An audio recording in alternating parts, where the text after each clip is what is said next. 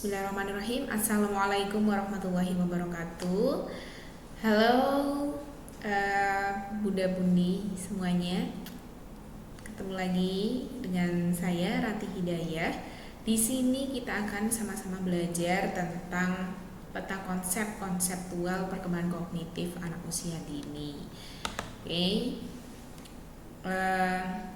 Sebelum ini mungkin Bunda Bundi juga pernah mengajari ataupun pernah belajar ya tentang konsep pengembangan kognitif untuk anak usia dini, apalagi Bunda Bundi sekalian sudah mengajar di PAUD ataupun TK. Nah, di sini kita mengulas sedikit ya apa saja yang merupakan konsep ataupun menjadi pedoman kita ya dari para ahli kognitif anak usia dini. Oke. Nah, ini ada 4 pilar pemahaman kognitif anak usia dini. Yang pertama adalah konsep pengembangan kognitif anak usia dini yang merupakan ini adalah kajian fundamental ya, psikologi perkembangan begitu. Nah, ini adalah 4 ahli terkemuka yang mana di sini Bunda Bundi juga sudah tidak asing lagi dengan beliau-beliau. Ada Jean Piaget, teori tahap perkembangan kognitif, ada Lev Vygotsky, itu teori struktural, kultural, dan interaksi. Dan ada Jerome Brenner, itu teori representasi cara belajar, dan Howard Gardner, teori kecerdasan majmuk. Nah, ini tadi maksud saya itu ada Lev Vygotsky ya, ini. Tapi akan kita bahas bersama itu tentang teori perkembangan kognitif dari Piaget. Nah, dari ini Bunda Bundi ataupun Bapak dan Ibu sekalian gitu ya, di sini ada hal-hal yang perlu kita pahami terlebih dahulu. Mengapa kita belajar dari para ahli? Karena mereka yang sudah mempraktikannya dan sekaligus mereka juga sudah dikenal di keilmuan psikologi perkembangan. Kita langsung saja melihat pendapat dari Jean Piaget, anak sebagai ilmuwan kecil. Nah, kenapa disebut demikian? Karena si anak ini secara aktif itu membangun pengetahuannya sendiri, bisa melalui eksplorasi dan interaksi di lingkungan. Kita bisa melihat ketika anak didik Bunda Bundi sekalian di sekolah ataupun Bunda Bundi juga sudah mempunyai anak, pasti mereka akan aktif explore dengan apa yang mereka suka gitu ya. Jadi di sini kita lebih paham ataupun kita lebih tahu kalau anak-anak itu memang dunianya sedang aktif-aktifnya dan kita sebagai orang tua adalah sebagai remote control mereka gitu ya. Dan tahapan kritis untuk anak usia dini di usia 0 sampai 7 tahun itu ada dibagi 2 ya. Yang pertama ada tahap sensori motor, itu 0 sampai 2 tahun.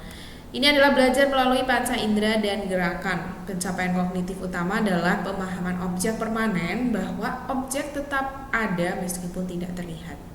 Kemudian yang kedua ada tahap praoperasional, itu dari usia 2 sampai 7 tahun. Penggunaan simbol, kemudian mulai berkembang ya, ada gambar, ada bahasa, kemudian ada pemikiran, sulit melihat sudut pandang orang lain, dan ini perlu kita arahkan sebagai orang tua ataupun sebagai guru. Dan di sini anak juga belum menguasai konsep konservasi, jadi perlu bimbingan ya seorang anak itu dari guru ataupun dari orang tua. Nah, untuk selanjutnya, kalau menurut dari Lev Vygotsky, ini ada kekuatan sosial dan bahasa. Jadi para ahli ini memang risetnya saling berkaitan satu sama lain, sehingga kita perlu mempelajarinya satu demi satu agar kita mau ataupun mampu mengkombinasikan keilmuan mereka untuk kita praktikkan di rumah ataupun di sekolah. Nah, di sini ada Beberapa agak berbeda ya dari Piaget, yaitu fokus pada individu kalau Piaget, sedangkan Vygotsky ini menekan bahwa perkembangan kognitif berakar pada interaksi sosial dan budaya. Jadi di sini kita melihat gunanya sekolah itu adalah untuk berinteraksi, untuk mengembangkan potensi sosial mereka dan mengembangkan interaksi sosial mereka terhadap teman-temannya, lingkungannya, dan gurunya begitu, sehingga tidak terfokus pada individu kalau menurut Vygotsky. Nah, zona perkembangan dari Vygotsky ini dibagi menjadi 3. Ada zona perkembangan proksimal, ini area di mana anak dapat menyelesaikan tugas dengan bantuan namun belum mampu menyelesaikan sendiri. Pembelajaran ideal terjadi di zona ini. Jadi sebagai guru PAUD pun juga harus belajar ya bahwa ada zona-zona tertentu. Misalkan ada zona perkembangan proksimal, kemudian di sini ada yang kedua ada scaffolding, itu sebagai penopang ya, bahwa dukungan sementara yang diberikan oleh pendidik atau teman sebaya yang lebih kompeten. Bantuan ini dihilangkan secara bertahap seiring kemandirian anak. Jadi di sini misalkan guru membimbing tetapi tidak selalu membimbingnya, bahkan nanti dilatih bahwa anak itu dilatih satu persatu begitu. Nah, kemudian bahasa sebagai alat pikir. Kenapa disebut sebagai alat pikir? Karena Vygotsky melihat bahwa bahasa tidak hanya sebagai alat komunikasi, tetapi juga sebagai alat utama untuk mengatur pemikiran, misalkan melalui bicara sendiri di depan, misalkan melalui bicara diri ya gitu ya, di depan kaca misalkan praktiknya begitu. Ini menurut Lev Vygotsky gitu. Nah, selanjutnya ini ada Jerome Brenner. Ini 3 mode representasi. Brenner yang dipengaruhi oleh Vygotsky menyusun teorinya mengenai bagaimana pengetahuan disimpan dan diakses atau melalui 3 sistem representasi yang berurutan. Yang pertama ada representasi enaktif. Ini 0 sampai 1 tahun, belajar didominasi oleh tindakan fisik dan manipulasi objek secara langsung. Pengalaman diwakili melalui respon motorik. Nah, kenapa kalau misalkan anak dari 0 sampai 1 tahun ini kita sering-sering untuk mensimulasi motoriknya begitu ya, baik motorik halus ataupun motorik kasar, karena di sini anak-anak itu sedang membutuhkan benda-benda ataupun hal-hal yang bisa memancing motorik mereka, karena ini sangat berpengaruh ya bunda-budi, bahwa kalau misalkan seorang anak itu aktif gitu dan kita tidak memberikan media untuk simulasi, maka perkembangannya pun juga akan mungkin terhambat begitu.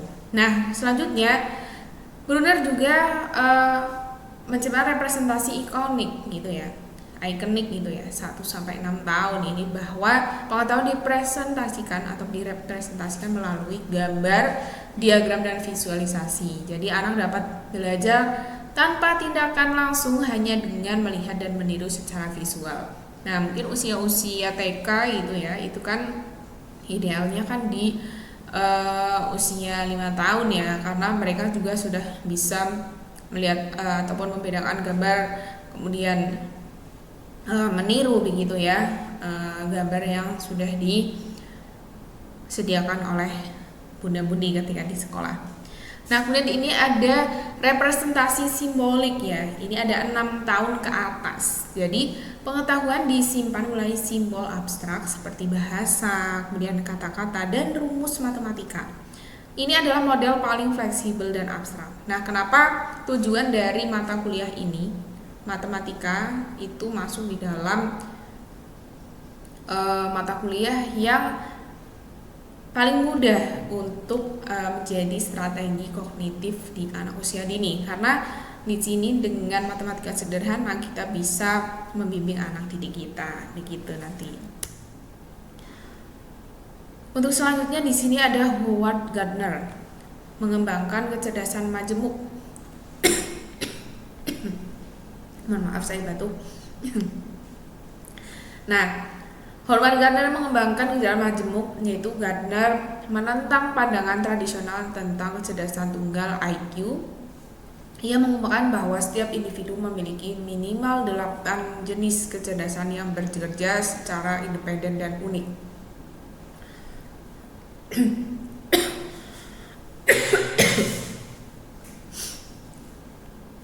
Ya, ini dapat bergerak melalui apa saja, bahwa di sini ada musikal, bermain alat musik, kemudian ada visual spasial, bermain Rubik misalkan, kemudian ada linguistik begitu ya, membaca dan lain sebagainya, kemudian ada interpersonal begitu.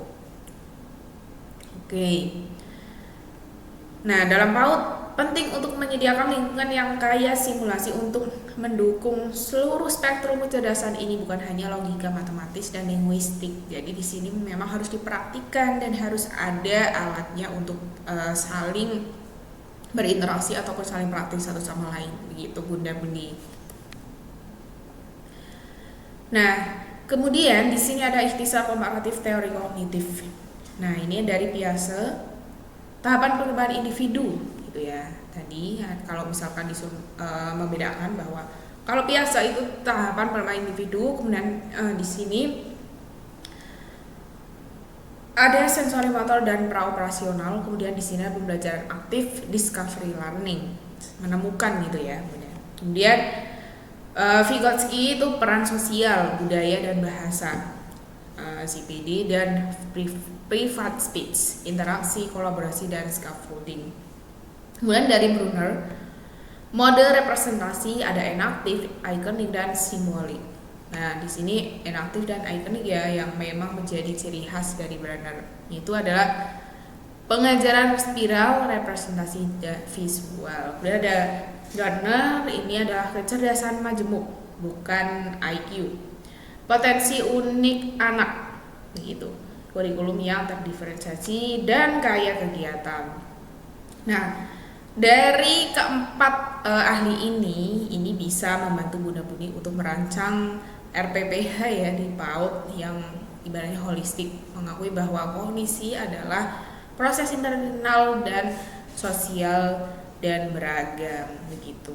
Jadi pentingnya kita belajar dari para ahli, yaitu agar kita mampu untuk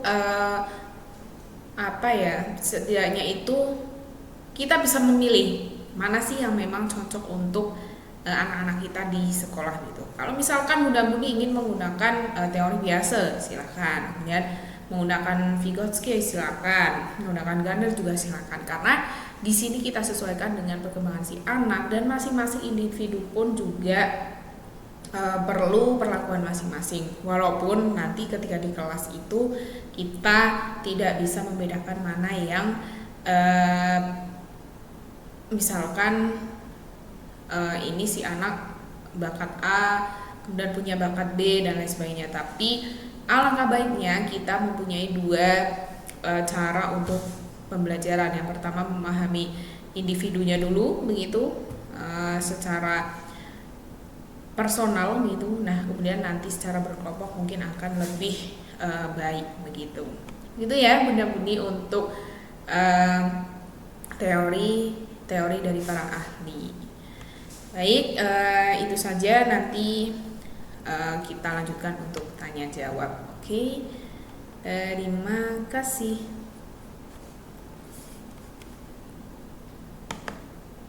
Wassalamualaikum warahmatullahi wabarakatuh.